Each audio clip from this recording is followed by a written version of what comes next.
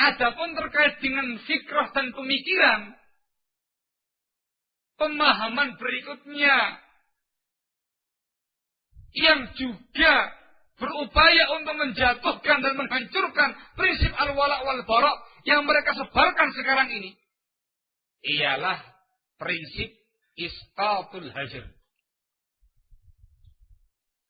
Prinsip isqatul hajar, menggugurkan kewajiban hajar mubtadi'. Hajar, memboikot ahlul bid'ah, menjauhi ahlul bid'ah, tidak bermajlis dengan ahlul bid'ah, tidak mendengarkan ucapan ahlul bid'ah. Itu namanya hajar. Semua bentuk pemboikotan. Ini yang disebarkan oleh sururiyin gaya baru tadi. Dengan link-link lembaga-lembaga yang ada, dengan link-link pondok pesantren, perpesantren yang ada. Linknya itu ma'ruf. Ada? Hah? Itu pemain lama. Panser-panser lama, itu semuanya ma'rufin. Sampai sekarang masih istiqomah di atas kebatilannya. Barakallahu fikum. Dikuatkan lagi dengan panser-panser baru, lulusan-lulusan dari Jamiah Islamiyah, dengan titel LC, atau MA, atau doktor. Yang mereka bawa adalah pemahaman berikutnya yang namanya isqatul hajar. Antum harus pahami barakallahu fikum, prinsip kita dalam mensikapi seseorang ada dua macam. Ada hajar, ada taklif. Hajar itu maknanya memboikot seseorang. Memboikot ahli bid'ah. Dengan berbagai macam pemboikotan. Tidak bermajlis dengannya, tidak salam kepada dia, tidak bicara sama dia, tidak taklim sama dia, tidak mendengarkan ucapannya, tidak mendengarkan radionya, tidak baca majalahnya, tidak dialog sama dia dalam perkara agama. Itu betul hajar. Taklif itu melembutkan hati mereka. Tidak dihajar. Yang disebarkan oleh mereka sekarang ini barakallahu fikum ialah isqatul hajar.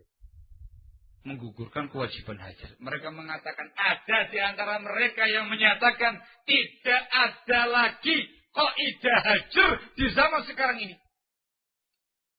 Sekarang ini yang berlaku adalah kaidah taklif. Melembutkan hati seseorang. Melembutkan hati ashabul ahwa'i wal bidah. Hajar tidak ada. Alasannya ahlus sunnah minoritas. Yang umum di tengah-tengah kaum muslimin al-bidah wa syubuhat. Tidak ada yang namanya hajar. Apabila sebuah hajar tidak bermanfaat, tidak ada faedahnya, maka tidak boleh hajar dan harus menggunakan kaidah taklif. Ini yang sekarang ini mereka gencarkan. Yang mereka gencarkan. Sekali lagi, yang mereka taklif adalah link-link ashabul ahwa'i wal bidah yang teruskan, yang ada kepentingan dengan mereka. Yang mereka taklif sururiyin jelas. Konco lawas. Yang mereka taklif jum'iyah, hizbiyah, penyandang dana yang mendanai mereka selama ini. Taklif. Tidak boleh hajar. Tidak ada manfaatnya hajar.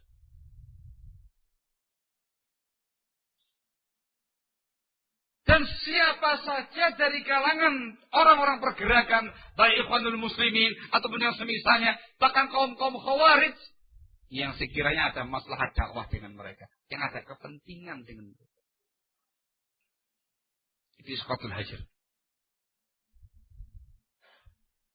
Yang menyemarakkan pemahaman yang satu ini, barakallahu fikum, itu semacam Dr. Ibrahim Ar-Ruhaini.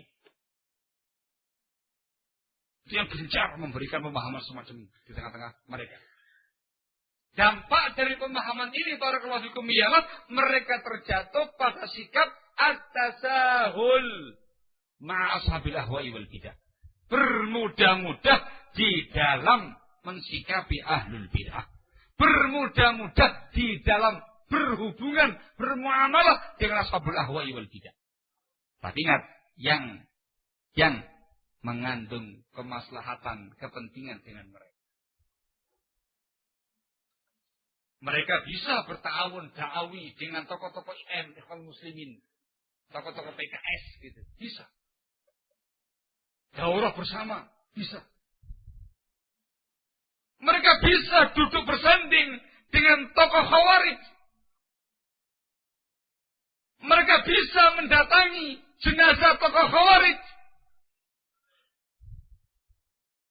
Ketika ditanya, kenapa ya akhi? Khalif. Tidak ada manfaatnya hajar zaman sekarang ini. Harus menggunakan taklif. Hajar gugur di zaman sekarang ini. Tidak ada manfaatnya. Tidak heran kalau kemudian di antara mereka ada yang satu kursi dengan Abu Bakar Bashir. Di sampingnya tokoh daerah PBB. Kok kebetulan di wilayah saya sendiri gitu. Ada kelas itu. Barakallahu fikum. Duduk.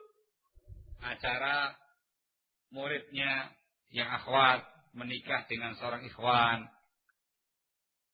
Di acara pernikahan. Kebetulan bapaknya sang akhwat ini kok ngefan kepada Abu Bakar Bashir. Diundang. Mau ilah hasanah Ustadz Salafi katanya. Dalam tanda kutip. Tapi ini sururi yang panser lama. Itu mau ilah hasanahnya. Yang memberikan sambutan keluarga. Yang tokoh pimpinan daerah PBB. Yang mendoakan Abu Bakar Bashir. Masya Allah. Anda saksikan dengan geleng-geleng kepala. Kok bisa ya seseorang yang mengatakan dirinya Sunni Salafi. Kok bisa duduk bersanding dengan tokoh Khawarij internasional semacam Abu Bakar Bashir. Itu di depan mata saya sendiri saya menyaksikannya. Mau di desa saya acaranya. Saya termasuk yang diundang sebagai masyarakat biasa. Loh, Abu Bakar Bashir. Kita mojok paling belakang gitu. Polisi gentayangan, intel-intel gentayangan. Diliput oleh televisi khusus. Bayangkan. Kok bisa ya? Bisa! Kenapa? Ada masalah di situ. Yang namanya masalah dakwah. Ya, dihajar.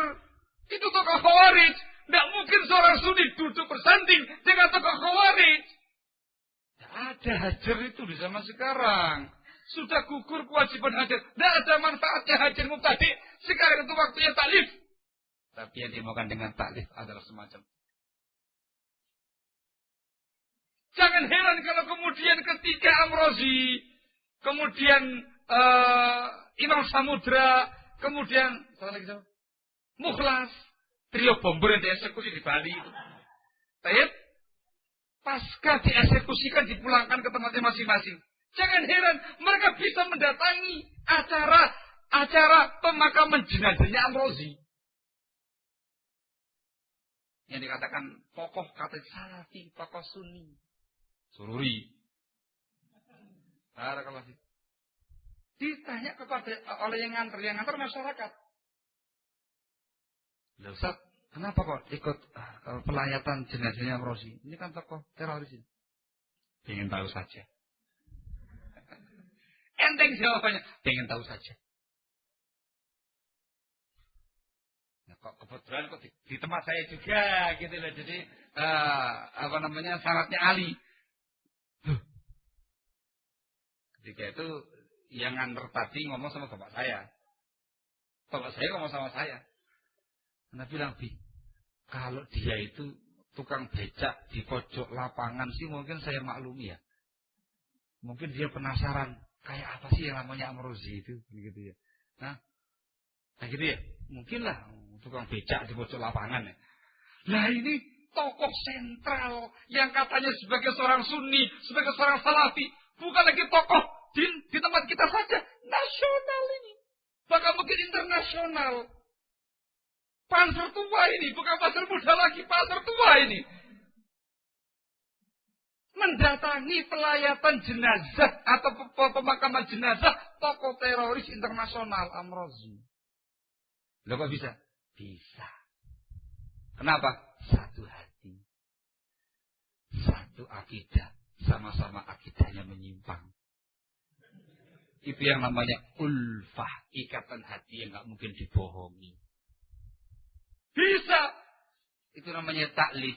Tapi kepada yang ada kepentingan dengan bisa. Barakallahu fikum. Itu perkembangan mereka sekarang ini. Karena fitina azakumullah itu harus paham.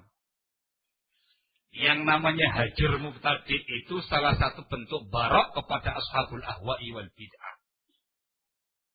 Ragam hajar itu juga banyak. Dan tidak mungkin gugur dalam kondisi bagaimanapun. Karena tatkala kita melaksanakan amal hajar, tujuan kita untuk ibadah kepada Allah. Tujuan kita ialah untuk menerapkan kaidah amar ma'ruf nahi mungkar. Tujuan kita untuk menerapkan kaidah al-wala' wal bara'.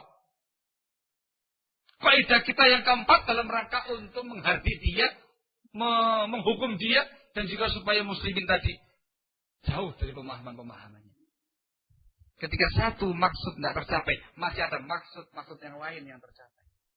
Dan perlu diingat, dalam prinsip Ahlus Sunnah, hajar itu dua macam. Ada hajar kulli total. Hajar yang kulli yang total, sudah lepas dari dia secara total. Atau di gunung-gunung sana. Itu kulli. Yang kedua, hajar juz'i, parsial. Dalam sebagian hal, kita nggak mungkin menghajar dia. Tapi dalam hal yang lain, kita bisa menghajar dia. Walaupun kamu seorang diri, di tengah-tengah masyarakat, sebagai seorang sunni, kamu bisa menerapkan yang namanya hajar. Ketemu dia, tidak mungkin antum diam. Salam. Labas, taklif. Assalamualaikum. Salam. Nah, dia salam. Kamu siap salamnya. Tidak mungkin kamu diam. Taklif. Waalaikumsalam. Tapi sangat memungkinkan bagi Anda untuk tidak menghadiri daurah dia. Mungkin? Mungkin. Sangat mungkin sekali kamu tidak menjemput dia ketika sakit. Mungkin? Mungkin. Sangat mungkin sekali kamu tidak ikut acara pemakaman jenazah dia ketika dia mati. Mungkin? Mungkin. Sangat mungkin sekali hati kamu menunjukkan kebencian kepada dia. Kebencian kepada bid'ahnya. Kebencian kepada pemikiran dia. Itu namanya hajar. Tidak mungkin gugur selama-lamanya. Hajar itu terkadang dengan tindakan, terkadang dengan ucapan, atau dua-duanya, dan yang paling akhir dengan hati. Dengan tindakan mungkin kamu nggak bisa. Dengan ucapan mungkin kamu nggak bisa. Dengan hati tidak mungkin tidak bisa. Semua orang bisa melakukan tindakan hajar, pemboikotan kepada ahlul bid'ah, minimal dengan hatinya. Dia nggak suka dengan bid'ahnya. Dia nggak suka dengan orangnya. Dia benci dengan pemahamannya, dengan pemikirannya. Itu sudah hajar. Nggak mungkin gugur. Dan bahkan dia mungkin menerapkan dengan hal-hal yang lain. Tadi tidak hadir ke tempat taklimnya, tidak baca majalahnya, tidak mendengarkan radionya, dan segala macamnya. Tidak menjenguk dia ketika sakit, tidak datang ketika dia mati dikuburkan. Terlalu banyak praktek hajar yang mungkin dia lakukan. Sehingga tidak mungkin gugur. Prinsip yang menyatakan kaidah hajar gugur di zaman sekarang ini hanya ada pada New Sururiyah. Ini merupakan sururiyah gaya baru. Walaupun mereka secara pribadi anti sururiyah. Mereka mengingkari mungkin Salamat al-Auda, mengingkari mungkin Salah al-Hawali, mengingkari mungkin ayat Al-Qarni, mengingkari mungkin Abdurrahman Abdul Khalik, tapi dananya nggak diingkari. Terus jalan. Tapi pemahaman dan prinsipnya terus mereka jabarkan. Isqatul hajar. Tujuannya sekali lagi, tujuannya ialah untuk mengayomi ashabul ahwa'i wal bidah yang ada kepentingan mereka dengannya. Hati-hati kata-kata dia. Ada kepentingan mereka dengannya. Taklif, tidak boleh hajar. Taklif. Ini merembet. Dalam bab taklif ini merembet sampai pada tingkat penampilan mereka. Mereka sudah tidak lagi punya nyali untuk menampilkan penampilan sunnah. Dengan jubah sunnah, dengan taub, dengan kolang suwah putih. Penampilan sunnah. Mulai mereka gembar-gemburkan terkait dengan pakaian adat. pakaian negara sendiri, dan segala macamnya. Muncul pakai batik, songkok nasional, pakai semi-semi pantolon, dan pakai sarung. Ya Pak ya? Itu sekarang fenomena yang ada pada mereka dikarenakan prinsip taklif yang kebablasan tadi. Sampai pada bab penampilan. Kalau semata-mata pakai songkok nasional tidak ada masalah ya Pak. Boleh-boleh saja. Semata-mata pakai batik yang penting tidak ada makhluk yang bernyawa, tidak ada masalah ya Pak. Tapi kalau sudah pakai pantolon bermasalah.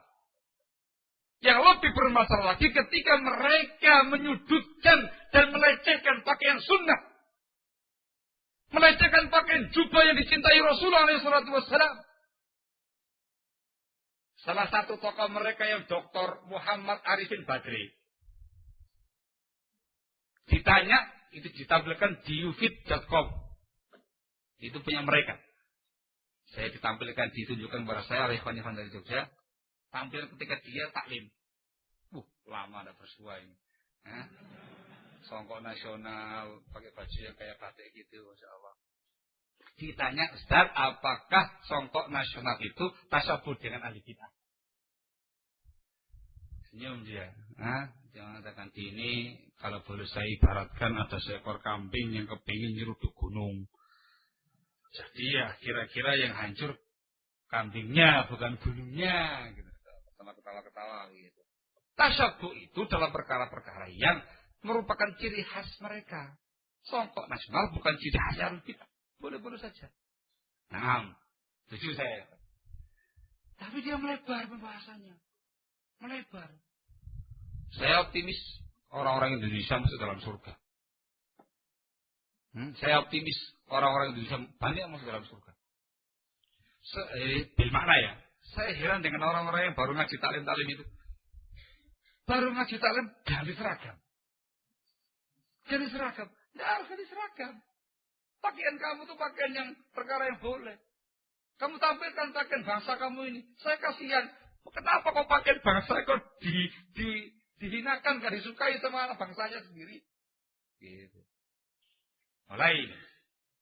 Ini sudah mulai error ya Pak. Ini sudah mulai hang ini. Doktor ya Pak. Barakallahu fikum. Langsung ngomong dia. Kalian tahu yang pakai jubah-jubah semacam itu. Jamaah tabligh pakai jubah. Ahmadiyah pakai jubah. Tasyabbuh dengan jamaah tabligh. Tasyabbuh dengan Ahmadiyah. Bapak kalau lihat yang diaman itu, yang menggunakan kepala yang gede-gede itu, yang kepalanya gini-gini itu. Kita gini-gini dia, yang gini-gini itu. Itu pakai jubah. Artis India pakai jubah. Dia nyebutkan ya Pak. Dia nyebutkan nama Amitabh Bachchan. Amitabh siapa? Amitabh Bachchan ya. Amitabh Bachchan pakai jubah. Kata dia. Astaghfirullahaladzim. Dulu saya dengar astaghfirullahaladzim. Sekelas doktor Bahlul Gamahad. Kalau seandainya dia cukupkan dengan kata-kata pertama, selesai urusan. Tapi ketika sudah memulai menyinggung tentang pakaian-pakaian dicintai Rasulullah SAW, itu istihza bisunnah, perkara besar. Dalam hadis Ummu Salamah radhiyallahu taala anha dikatakan kana ahabbat thiyab ila Nabi alaihi salatu wasallam al-qamis. Pakaian yang paling beliau cintai itu pakaian gamis.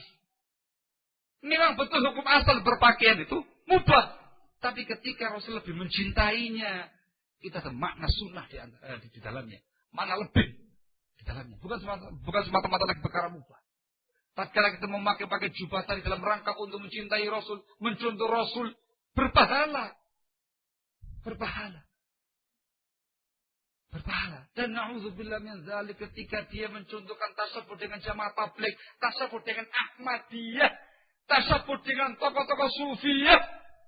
La haula wala quwata illa billah. Rasul itu pakainya Rasul yang pakai itu Rasul. Apa kata-kata sebut dengan jamaah tabligh? Kata-kata sebut dengan Ahmadiyah, tasyabbuh dengan artis India, kamu kata-kata sebut dengan tokoh-tokoh sufiyah? La haula wala quwata illa billah. Kebablasan dalam bab tahliful qulub. Ini mereka sekarang ini, New Suriyah. Dengan prinsip isqatul hajar. Sekali lagi, hajar tidak mungkin gugur selama-lamanya. Kalau nggak mungkin dengan seluruhnya, dengan sebagian hajar. Tidak mungkin dengan tangan, dengan ucapan. Tidak mungkin dengan tangan dan ucapan, dengan hati. Itu minimal. Walaupun iman yang paling lemah, wadzalika adhaful iman. Barakallahu fikum. Dan sekali lagi, ikhwan, taklif yang mereka inginkan itu hanya kepada pihak-pihak yang ada maslahatnya saja. Ya, kalau memang betul prinsipnya itu tidak boleh hajar. Sekarang prinsipnya harus taklif. Itu tidak boleh pilih-pilih. Semua ashabul ahwa'i wal bid'ah harus kamu taklif. Tidak ada bedanya antara sururiyah, atau ikhwaniyah, atau tablighiyah, atau jamaat awah Hizbut Tahrir, atau sufiyah, atau syiah, atau rafidah, atau khawarij, atau yang lain-lainnya. Tidak ada bedanya. Kalau kamu bisa mentaklif orang-orang Ju'iyah yang memberikan kamu dana, kenapa kamu tidak taklif dengan orang sufiyah? Kenapa? Bu, kamu ikut jamaah tahlil, jamaah zikir jama'i dengan kaum sufia dalam rangka takliful qulub. Bu, yang musyarakah dakwah dengan mereka. Daurah bersama Habib Fulan dengan Muhammad Arifin Badri. Kan gitu mestinya. Takliful qulub ya akhi. Takliful qulub. Tidak ada manfaatnya hajar sekarang itu. La haula wala quwata illa billah. Dengan syiar Rafidah tidak mau. Kenapa tidak mau ya ikhwan? Tidak ada maslahatnya. Dengan sufiyah, batiniyah, tidak mau. Kenapa ya ikhwan? Tidak ada maslahatnya. Dengan majlis tafsir Al-Quran MTA, musuh bebuyutan. Kenapa ya ikhwan? Tidak ada maslahatnya. Tidak ada maslahatnya. Dengan tokoh-tokoh lama mereka, konco lawasnya, Jumiyah, Hizbiyah yang ada. Ahlan wa sahlan. Nggak boleh dihajar. Takliful qulub. Kenapa ya ikhwan? Besar maslahatnya. Apa itu yang namanya manhaj? Bukan, itu namanya hawa nafsu. Tatkala kamu mengatakan isqatul hajar, mestinya kamu tidak boleh menghajar siapapun. Tapi kenapa kamu menghajar ahlus sunnah, menghajar salafiyin, memusuhi salafiyin dengan permusuhan yang sangat luar biasa, lebih memusuhi salafiyin daripada memusuhi sekte-sekte yang lainnya. Taklifnya mana? Kok tidak kelihatan takliful qulub dengan salafiyin? Kok yang ada penerapan hajar salafiyin? Katanya isqatul hajar, digugurkan kewajiban hajar. Yang ada sekarang taklif, tapi dengan salafiyin hajar. Dengan sekuat tenaga, dengan sekeras-kerasnya, dengan sesangar-sangarnya. Dengan salafiyin. Ya, kenapa kok demikian? Tidak ada maslahatnya. Barakallahu fikum. Sekali lagi, ujung-ujungnya maslahat. Itu yang namanya hawa nafsu. Itu yang namanya hawa nafsu. Barakallahu fikum. Ini pengembangan prinsip isqatul hajar. Itu semua dari prinsip al-muwazanah. Intinya upaya untuk menjatuhkan prinsip al-wala' wal bara' terutama kepada ashabul ahwa'i wal bidah. Isqatul hajar. Allahul musta'an.